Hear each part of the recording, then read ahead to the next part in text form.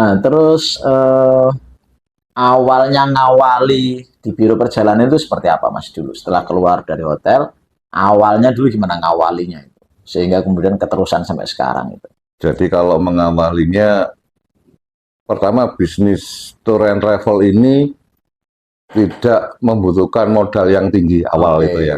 ya, Terus yang paling penting adalah bank data. Bank Data. Bank data. Oke, Mas Jadi Eko sudah punya nih Bank belum, Data. Oh, belum ya? belum pada saat itu Oh, belum. Jadi pada saat merintis itu awalnya karena biro perjalanan itu yang utama ada 3 komponen. oke. Yang pertama adalah hotel, Hotel, transport, transport, rumah makan. rumah Nah, makan. kalau objek ini kan ngikutin. Oke, Ya, fleksibel. vitalnya yang di sini, yang tiga Tiga ini. ini ya, Nggak, hotel, transportasi, rumah rumah makan. makan. Oke. Nah, di 2006 itu belum ada yang namanya Android. Oke, Ya kan? Belum ada namanya Android.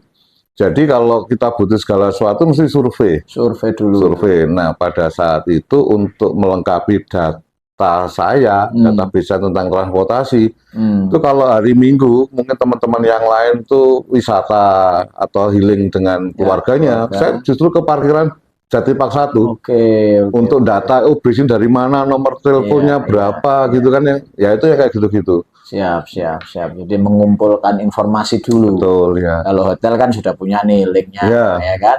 Rumah makan, gimana kalau yang rumah makan nah rumah nyarinya? makan ini gini. Jadi Nah, ya kita Google. Google ya, Oke, googling, oke, oke. kemudian oh lokasi sini. Cuman kita kan nggak yakin rumah makan tuh bener nggak sih bisa menerima rombongan, kondisinya Siap. bagus dan tidak. Nah pada saat kita melakukan perjalanan, Hmm, kita juga sambil survei, istilahnya survei di jalan hmm, gitu.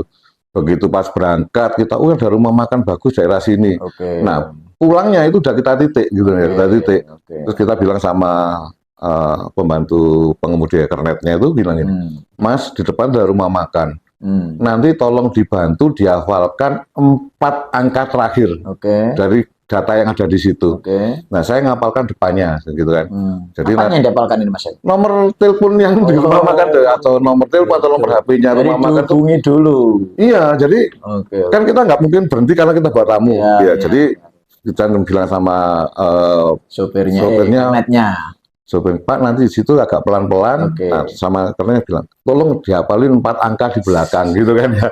Nah, saya sudah siapin kertas. Ya, ya. Begitu dekat situ saya catat. Oke, oke. Catat, terus begitu selesai saya coba hubungi. Hubungi. Oh ternyata benar nomornya saya simpan. Siap. Kayak gitu-gitu. Jadi dulu beda dengan sekarang teman-teman. Beda. Kalau sekarang kita nyari lebih cepat ya. Kalau Betul. dulu manual ya. Iya. Dan itu Pak Eko sudah mengalami fase itu Pak Eko ya. Sudah. Oke. Dan Katakanlah, itu penting ya. iya katakanlah mau berangkat nih. Ya. Tujuannya kemana? Oh Bali. Oke. Objek wisatanya apa saja?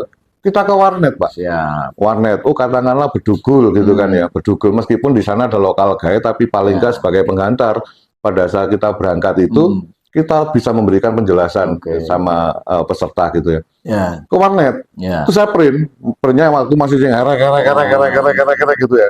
Itu jadi satu rangkaian gitu ya, objeknya mana aja itu kita belajar itu Pak. Siap, siap, siap. Belajar. Lihat peta urutan-urutannya. Iya. Jadi nggak pernah kemudian ikut gitu Pak Eko sebelumnya biro perjalanan lain gitu barangkali belajar dulu barangkali gitu atau langsung? Kalau yang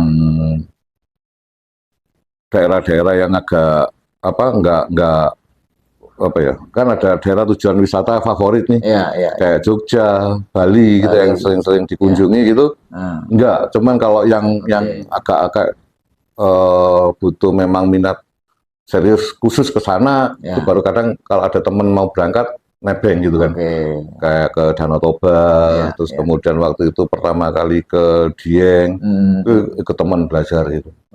Dan itu ada Pak Eko yang mau dijadikan tempat belajar itu ada ya? Ya kalau namanya kan ada nih, ada yang namanya teman, ada namanya sahabat, ada namanya saudara gitu kan.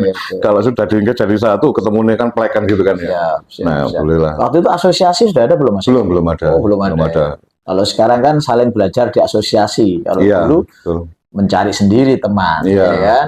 Yang kira-kira kita bisa belajar. Ada ini dulu kalau nggak salah sudah ada Asita ya. Cuman pada saat itu apa ya? Pendaftaran, terus kemudian uang iurannya juga lumayan gitu kan, jadi belum gabung lah, jadi sinau ngawulo sama teman-teman aja gitu. Dan seringkali kalau kita bahas, ketika kita ngajari orang dan itu jadi sumber rezeki, ah itu jadi amal jariah gitu Mas Eko ya. Betul. Ya kan? Oke. Dari situ akhirnya Mas Eko bisa memperbaiki kehidupan beliau dan keluarganya.